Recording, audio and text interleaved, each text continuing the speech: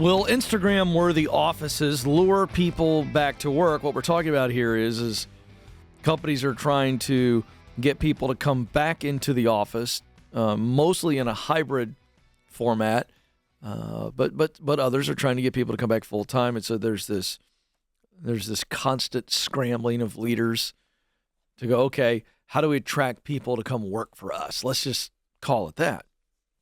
And so I'm holding a Business Insider article that some companies think that the answer to this question is yes. Will Instagram-worthy offices lure people back to work? Well, first of all, what does this mean, Instagram-worthy? There's an example cited in this article of a company by the name of Magic Spoon. It's a cereal company that wanted its 50 or so employees to start coming back to its New York City headquarters. So obviously everybody's remote, and the Magic Spoon wants a little more magic in the office, and they want people to come back in. And so we think the Magic Spoon is no longer magical. We need you all to come in here and stir the pot. Make it stop, Alex. Make me stop with the metaphors, please. So what'd they do? So they wanted to change the office design with the idea that it would entice their young workers to come in to the office in person. So they hired an interior design team that had previously decorated The Wing, a woman's club. Okay, don't know why that's cited, but they asked them to come in and create a colorful, cozy office, complete with a conference room done in razzle-dazzle red. I got to get Stacy some shoes, Bob, in razzle-dazzle red for the Christmas party, don't you think? I think it's a good idea. I don't even know what razzle-dazzle red is, but I will tell you that I don't want to go to a conference room meeting that is adorned in razzle-dazzle red all over the walls. I don't know what that would do to me. I need to do some research on it, but I can tell you right now I don't like it. Razzle-dazzle red. And so here is the this is how it played out. Here's the result. It sort of worked, sort of being the operating phrase. One employee of the Magic Spoon who talked to the New York Times said that her Instagram followers loved the colorful new office. Well, of course they would. Instagram followers would love razzle-dazzle red. That feels like very Instagram to me. You got razzle-dazzle red on the screen? Which one? Is it all the way over to the right? Oh, that's good. Good work, team. So if those of you that are watching, razzle-dazzle red for this office conference room is that looks very pink to me.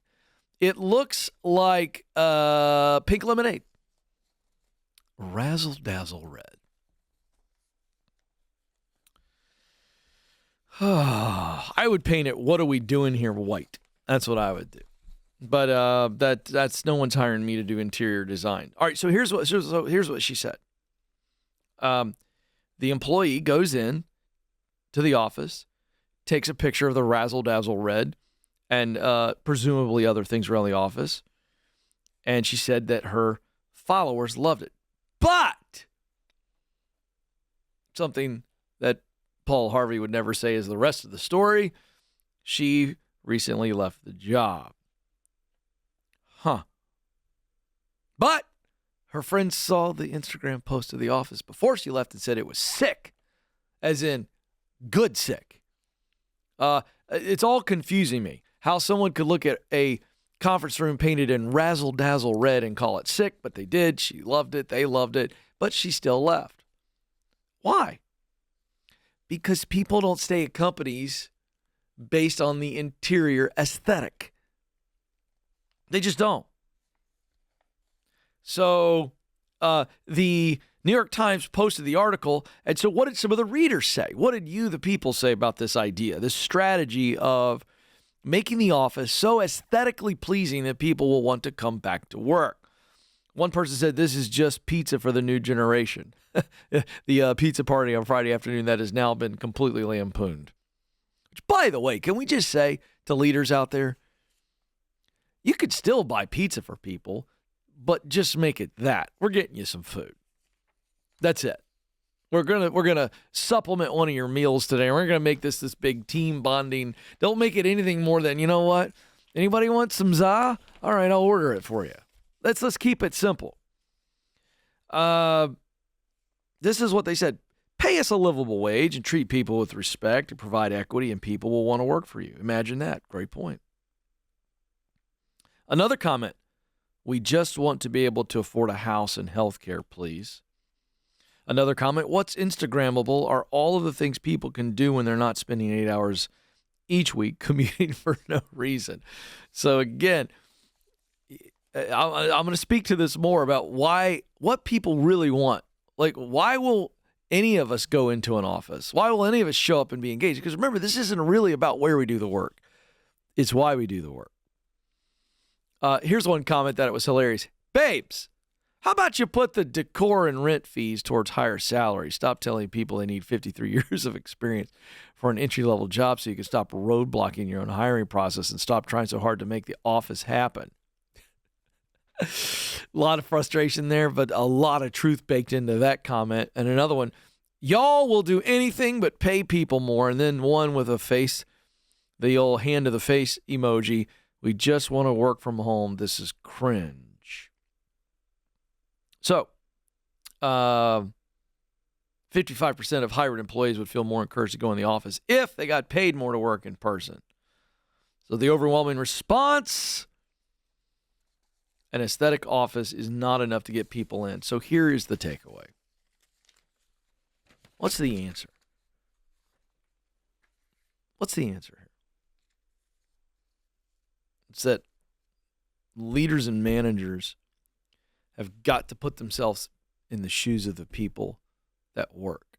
They got to put themselves in front of the mirror and go, what makes a person want to come into the office if they've been working remotely and they like all the flexibility? What makes them come in? Is it a dangling carrot? No.